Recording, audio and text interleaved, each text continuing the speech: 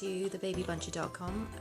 So before you have kids, you have all these wonderful ideas, and even after you have your first baby, for a while you probably hold on to those ideas until things happen and you react to them and you start to relax your own rules a bit.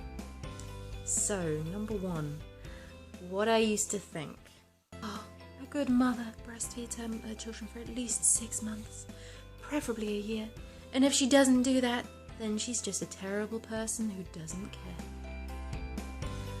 Well, the reality is, okay, I obviously am breastfeeding, and I actually have a lot of success with it. I breastfed both my boys for over a year, and I intend to with Anna as well. But I know lots of people who try really hard to breastfeed, and for whatever reason, it just doesn't work out. And they try so hard. They deal with their babies screaming through the night because they're hungry, because they're not making enough milk, or they're struggling to breastfeed because they have a horrible infection and they're in so much pain. And you know what? They've tried really hard, most of them, and they are probably more upset about not being able to breastfeed than you are. Number two, a good mother always has a natural birth. Alright, I've given birth to 3 babies, and you know what? I made it through pretty much intervention free. But there were times when I wanted those interventions. There were even times when I wanted a C-section. I just thought, oh my gosh, I can't take this anymore. Please cut this thing out of me. And at the very least, I definitely considered epidurals. And it's just like torture giving birth. There's really no difference in a way. And if someone else needs interventions to get through it, or they have interventions planned out because there's some health complications, that doesn't have anything to do with them being a good mother. You know, your baby doesn't really care how it comes into the world. It just wants to get here.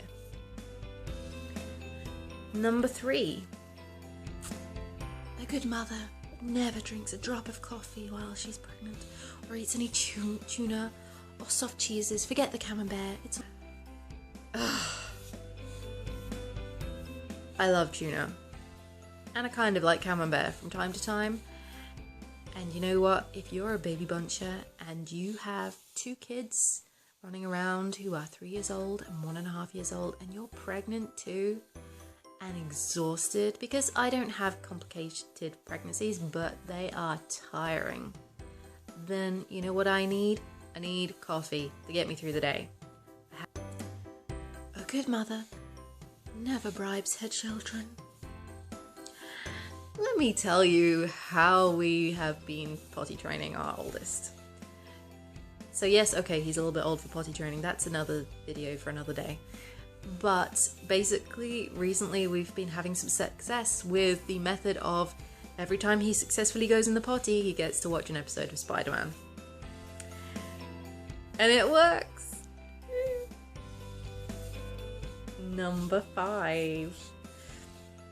A good mother never loses control with her children. Never. Alright. I guess I've never really lost control with my kids. I work really hard at it, but I have to do a lot of internal counting, especially in the holidays, because my oldest is a little bit grumpy.